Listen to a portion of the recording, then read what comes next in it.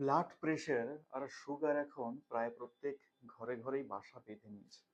প্রত্যেকটা বাড়িতে ১০০-র মধ্যে প্রায় ৯৯টা বাড়িতে ব্লাড প্রেশার আর সুগার ঢুকে গেছে।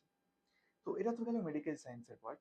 তো এখান থেকে ডাক্তারদের ভাষাতে অনেক রকম তাদের হিস্ট্রি আছে, তারা অনেক রকম কথা বলবে, এই জন্য হয়েছে। হ্যাঁ, ঠিক, প্রত্যেকটা কথাই ঠিক। কিন্তু বাস্তুর মধ্যেও একটা কারণ থাকে যার জন্য ব্লাড প্রেশার বলুন আর সুগারই বলুন অ্যাটাক করে। দুটো দিক হয়, একটা ইএসই, একটা সাউথ ইস্ট।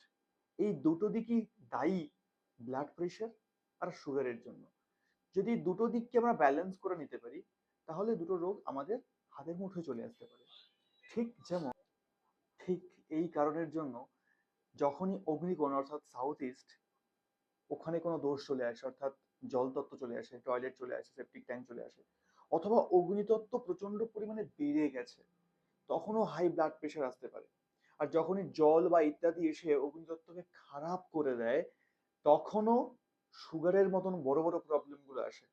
তো এই জন্য আমাদের চেষ্টা করতে হবে অগ্নিতত্ত্ব, এবং ঠিক তার আগে যেখানে বায়ুতত্ত্ব অগ্নিতত্ত্বে রূপান্তরিত হচ্ছে, যে জায়গাটাকে আমরা ইএসই বলছি, সেটাকে ক্লিয়ার রাখা। তো এই দুটো দিক যদি ঠিক রাখতে পারি, এই দুটো রোগের হাত থেকে আমরা খুব সহজেই বাঁচতে পারি।